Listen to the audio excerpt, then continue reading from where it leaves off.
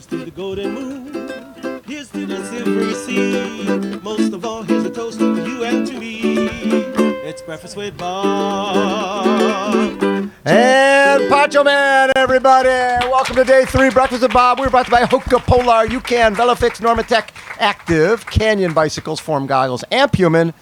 Our championship edition is at Four Seasons Resort, Hualalai. Our next guest, a gentleman we hope will be joining us there. He just came off of running a 2:45 marathon at Ironman Italy and winning there. Give it up for Mr. Cameron Wurf. How you doing, brother? You good?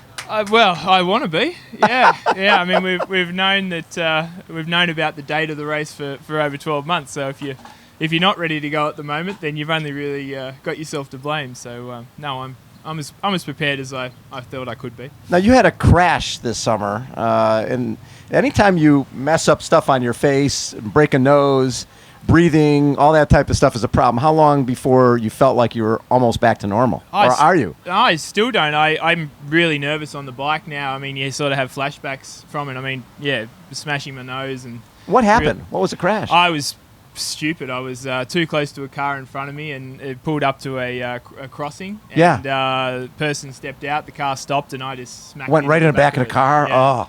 Yeah, well, actually clipped the car, went over the handlebars and face first into the ground. So, just plays on your mind, you know. Big time. Yeah, anytime. But fortunately, it was back in June, and right. So I knew I had plenty of time to be right for Kona, so I was able to just deal with it.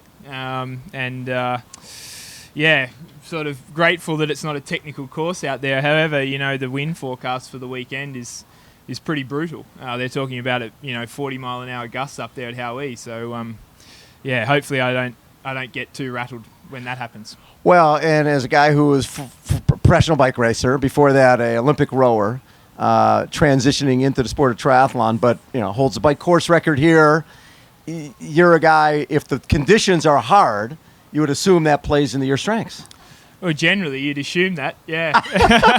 I mean, I've always, I guess you got to be careful what you wish for. I mean, the last couple of years, people have talked about the conditions being so easy and calm, right.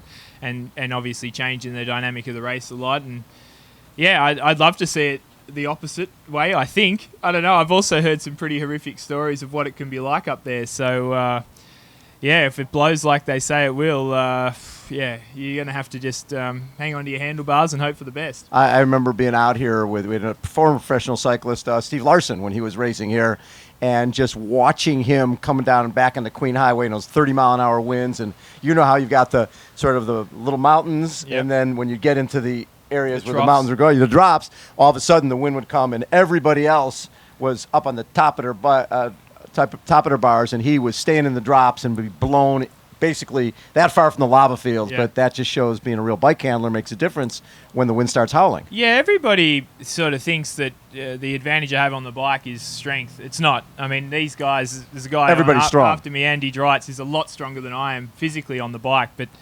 it's the way you are able to ride your bike that makes you go fast. It's being able to read the road and handle the conditions, and aerodynamics is a big thing, and I certainly sacrifice a lot aerodynamically as far as aggressiveness, right? To be able to stay in the position that I can sustain for the 180k, and so far it's proven to be a good formula for us. But we know that everyone's spent a huge amount of time in wind. I mean, we don't bother with wind tunnel testing or any of that, but other guys do, and they're extremely aerodynamic, and if they're able to maintain that, it's going to make it very difficult for me. But if there's wind there to rattle them and take them out of that, then it actually goes completely the opposite way, and they're actually a hell of a lot slower. So, right.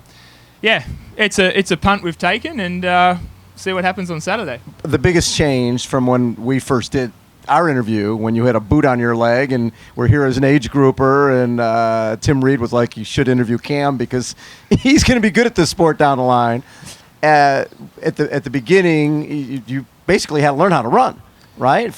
And where you've come, you've been working with some of the best guys in the business to become a better runner. When you run 2:45 off the bike in Italy, does that make you feel like, okay, I'm heading in the right direction? Yeah, I guess the key in Italy was we'd found that with all the runs I'd done, I'd sort of go out hard, very triathlete style, and kind of blow up. And I'd never been able to even pace a run. And so the idea in Italy was more to, go out at what felt comfortable, and then as it got a little bit harder, work harder to maintain that. And in the last sort of 10K, of course, it was a bit tough, as in you start to tighten up. So I was, able to assess the situation and actually backed off a little bit. So I wasn't able to even pace the entire run, but I think I only had a 1 minute fade from the first half marathon to the second, which that's phenomenal. Which is really good. And I feel like had it have been Kona, and been the last race of the year, I would have been able to grit the teeth and really get stuck into it, and potentially even ideally bring it home stronger than you take it out. And so that's the ultimate goal. And I mean, I have followed. Fortunately, I'm lucky to be supported by the guys at Nike with my training and everything, and not only that, but in the group of Kipchoge, and I follow basically the same plan because he's got his breaking 2 hour attempt coming up this weekend. And while we do similar sessions, obviously the pacing's very different. And I remember Josh Amberger was with me in Andorra about 5 weeks ago, and I'd done a 2 hour run that day, and I think I did about 31K, and I was pretty happy with it. And my coach Brett Kirby sent a picture through of what Elliot had done that morning in Eldoret in Kenya. He'd run 40.1K in the same time in 2 hours. And I showed Josh, and Josh nearly fell off his chair. And so I was like, yeah, I mean, it's just been so good having that as a reference point, albeit a reference point I could never comprehend. Right. You never allowed me to get complacent all year and stay the course and believe in the work that I was doing. And Italy was sort of validation of that. So I'm really excited to get out there on Saturday and try and finish the job. So as a guy who didn't start as a runner, and you're getting these workouts to do, was there one workout you looked at and was like, oh my God, how the hell am I going to do this? Yeah, that particular one, actually. Right, yeah. That was it. That was, one like that was pretty gnarly. No, I think there was one I did 40K, I did almost a marathon. And in the last hour, I was doing a kilometre at 3:30 pace, a kilometre at sort of 4:15, sort of recovery, 4:15, 4:30. And I remember thinking, I just never dreamed I'd be trying to run a 3:30, in the last 10K of a marathon. So, but that's what it's all been about. It's about getting from A to B in the marathon. And I certainly had no idea how to do that before I started working with these guys. And slowly over the course of the year, we've got better with the pacing. And but you still got to go out there and deliver it here. So I'm excited to have the opportunity. Does having that type of run, does it change the way you approach this? Because in the past, we look at sort of the Uber cyclists and go, okay, they need 8 minutes over Patrick Lange and Alistair Brownlee and Jan Frodeno. But when you start running that way, it's, well, he can sort of win the race anyway or finish top 3 anyway. If it turns out that the weather's mellow and he can't get away, he can still end up on the podium because you finished 9th last year. Yeah. Passed Javier Gomez in the run. I did. Yeah. Slipped to 10th and thought, no way, I want single figures. Exactly. Yeah. But when you have that type of success, does it change the way you approach the race? Oh, for sure it does. In the past, I've had I guess a desperation to get as big an advantage as possible, knowing that I'm going to be hunted down. Now, particularly in Challenge Roth, I came off a crash, so I was a little bit injured, had a broken rib, broken nose, and it sort of set me back a bit. But what was great was it put me back in the field, and once I got on the run, I found myself in a bit of a dogfight with Bart Arno and Dave McNamee, particularly in the last 10K. Yeah. It was about a 30, 40-second gap, and I was able to actually run away from both of them. That's pretty impressive. And second and third place. Yeah, and they were 4th and 5th, and I was 3rd. Of course, Andy won, demolished us all. And Jasper, who's also here, Svensson, yes. He's an exciting one. I mean, he's a great swimmer, and people don't talk about him, but that's another dynamic to the race. But I feel from that experience particularly that if I can just get to that last 10K of the run, I'm as good a chance as any of the guys to win, as long as I'm in the battle. And certainly, if I just do the ride, the swim and the bike that I know I can do, whoever's around me, I'm pretty confident we're all hurting just as much as each other. Right. And so, I certainly don't have that desperation to be off the bike, with a big lead or really set it up like that. I'd be very content being with whoever off the bike, to be honest. When we look at at what you've you've done over here, and breaking the bike course record the last couple years. How in your swim the other day was good here, but it's funny how we don't think the swim is that important. But 2 years ago when you came out with Sebi and Lionel and the three of you basically took 7 minutes out of the lead pack in 70K and caught and went by everybody. How important is it for you to have somebody else? And you've been doing this training with Josh Emberger, so he could be off the front in the swim. You could catch him. You potentially could tag team a little bit. Yeah, I mean, it's so exciting having Alistair Brownlee here. Yes. I said the other day I've got a massive man crush on that guy. I mean, he's what a phenomenon. I mean, I have a particular soft spot for Olympic champions and someone that's been able to win twice and, get it right on that one day every 4 years, but have to do it across 3 different sports. Yes. That to me puts him really above, so many in the world of sport and particularly in this sport. But he's a racer. He's a real racer and that's exciting. And I know people will say, oh, he has to be careful because he'll pay for that later on the line. I don't agree. I don't think you got to be afraid of anything. I mean, you can't prepare for anything out here. No. And I expect him to really change the dynamic of that swim and could potentially. They say each year, obviously, you can't win it in the swim, but you can lose it. And I'd say with Alistair here, Jan, Jasper, Josh, there was another young guy from Denmark the other day, obviously shows he can swim really well.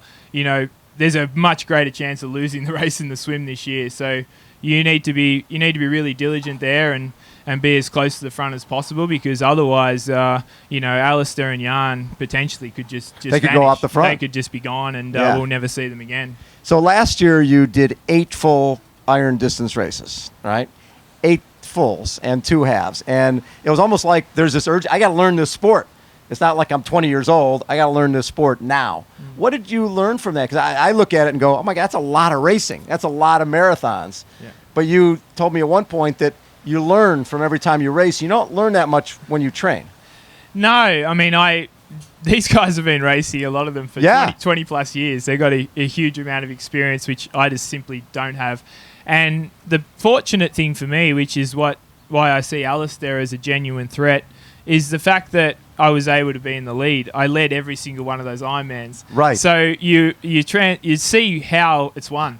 You obviously aren't the one that wins, but you see how it transpires, and that is just always memory. Always a lesson in the mind, and you remember how this panned out and that panned out, and there's no other way to get that. Than being actually in the battle with those guys. Right. And so.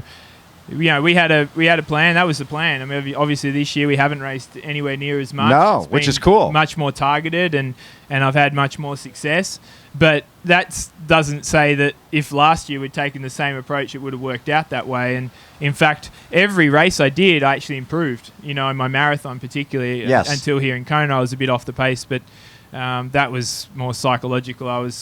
Once I wasn't winning, I sort of chucked a bit of a tizzy fit and got a bit upset. So yeah.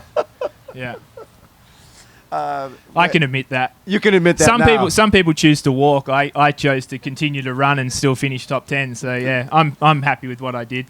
As well you should be. Yeah. I like to really honour the race.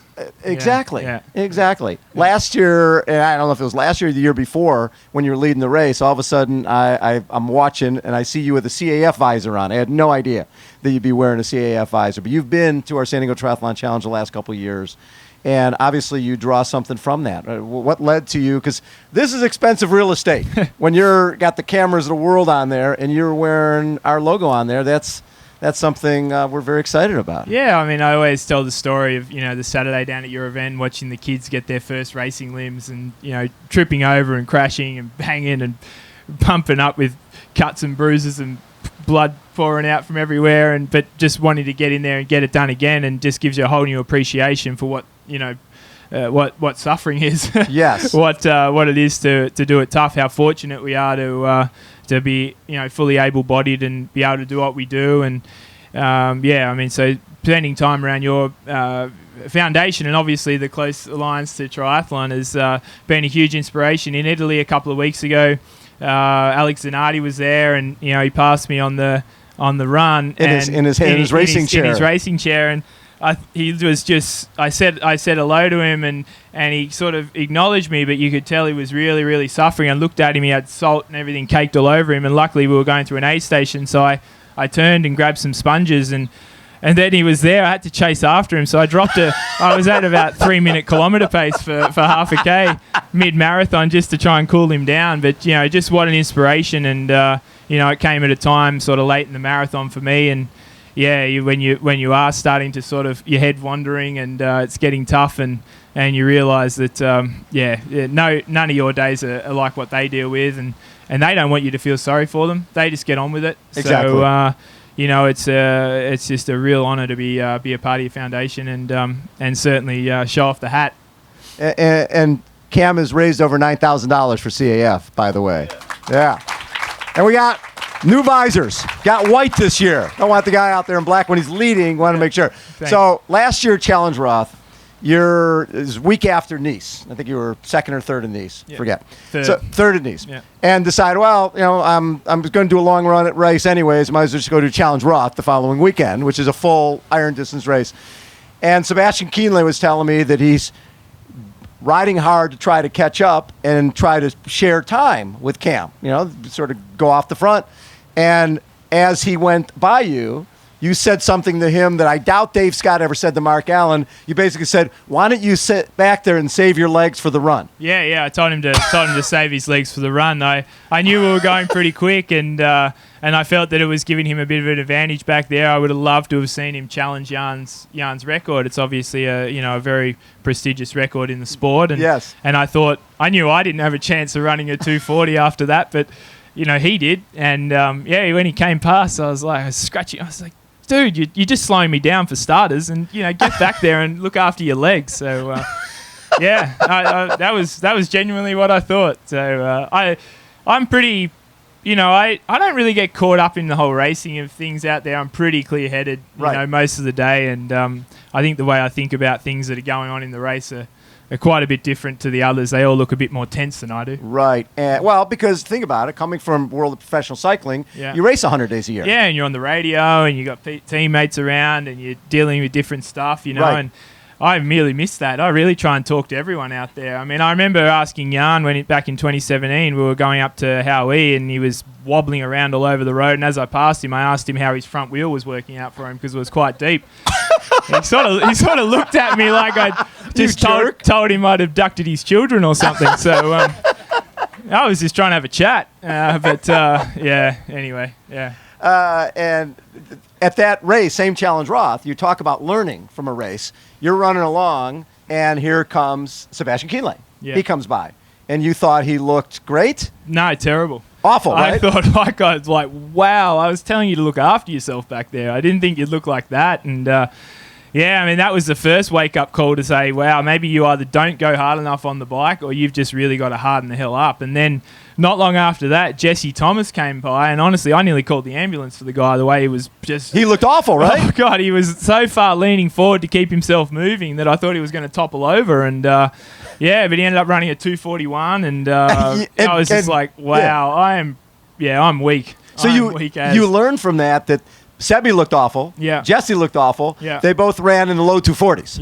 Yeah. So you're not necessarily it's not a beauty contest. No, it's definitely not a beauty contest. And also that obviously everyone says, you go so hard on the bike and you should slow down for the run. Well, that's rubbish. I don't go anywhere near my capacity on the bike. I'm always trying to do the best race I can do. And it was just clearly evident that I didn't have the conditioning to be able to ride that far and then run that well. Right. And so that was basically the point where we started to really start focusing on that. That was 18 months ago now. And, and this year we've seen some consistent runs. And that's what it all comes. I've actually got stronger on the bike the more I've run, which is handy because I guess everyone assumed I'd go backwards, but it hasn't worked out that way. And, Italy, I guess, showed that. And, that's again when I go back to being so fortunate to race a lot, but be at the front and witness that. If you're back in the bleacher seats, you don't see any of that. You just don't know.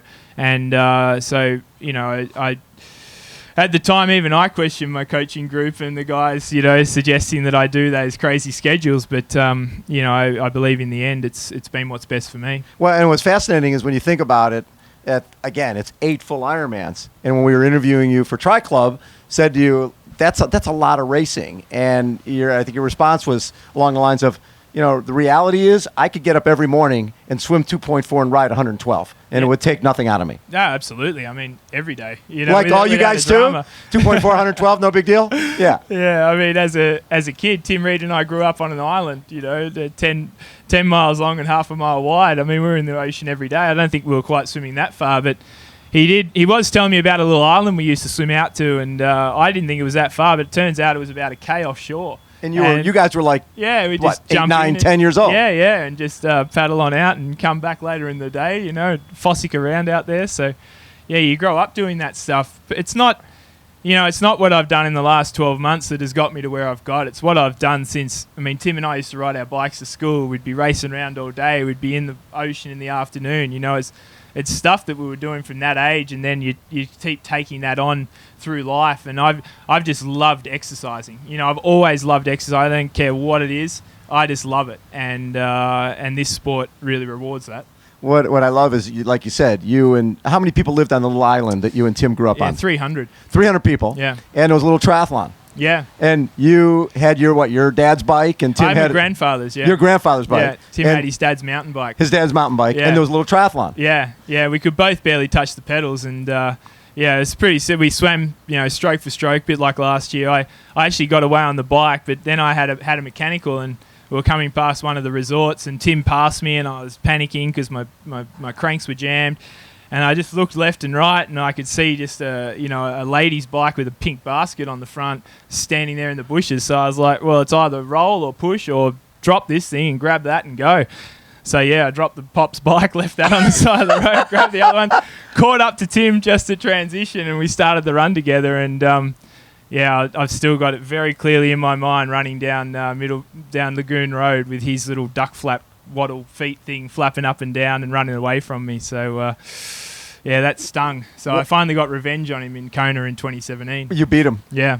And what's funny is it's a town of 300, and you've got 2 of the best triathletes on the planet that came out of that. And what were you guys, like 8 years old when you did that race? Yeah. We were 7 or 8 or 9. Yeah, somewhere around there. Yeah, pretty young. What would it mean to you to win this race? Yeah, as a kid, I grew up dreaming of, being Greg Norman at the Masters and winning that, and being Tom Brady and winning a Super Bowl. And there isn't really a sport winning the Tour de France like Lance. There isn't a sport that I haven't dreamt of being the champion of, and it hasn't the point is it hasn't mattered what sport. I've always dreamed of being on the biggest stage and having a chance, and obviously this Saturday is the biggest chance I've ever had, and at this point ever going to have. And I just can't wait to get out there and get stuck into them. Yesterday we had Jan Frodeno here, and he says, I don't know how Cam's going to go 4 hours without a keyboard on his bike and being able to do Instagram throughout the race. That was clever. That was good, right? Especially for a German. Yeah. No, but, as Jan would appreciate, I've prepared for everything. So Fallon put a Instagram ban on me during training hours between 9 and 5 yes, she did. For the last couple of months. So I haven't been able to touch it. I'm only allowed to look at it before breakfast or while I'm having my brekkie, and then in the evening before I sit down for dinner. So, so we've planned for that. Don't worry. You're ready for Saturday. As ready as we can be. You can never be ready for everything here, but it's just so great that there's so many great guys here. Obviously, with Patrick and Sebi and Jan, former champions in the field, and my man crush Alistair there as well. I mean, I'm so excited to see what he can do. Honestly, like I guess the rest of the sport, as a fan of the sport, I'm excited to see that. So to have the opportunity to even be on the start line and potentially be out there amongst it. Yeah, nothing better. Just a real honor to be a part of this sport. Love it. Thanks again for your huge support of CAF, man. Appreciate it. How about a round of applause for Mr. Cameron Wurf?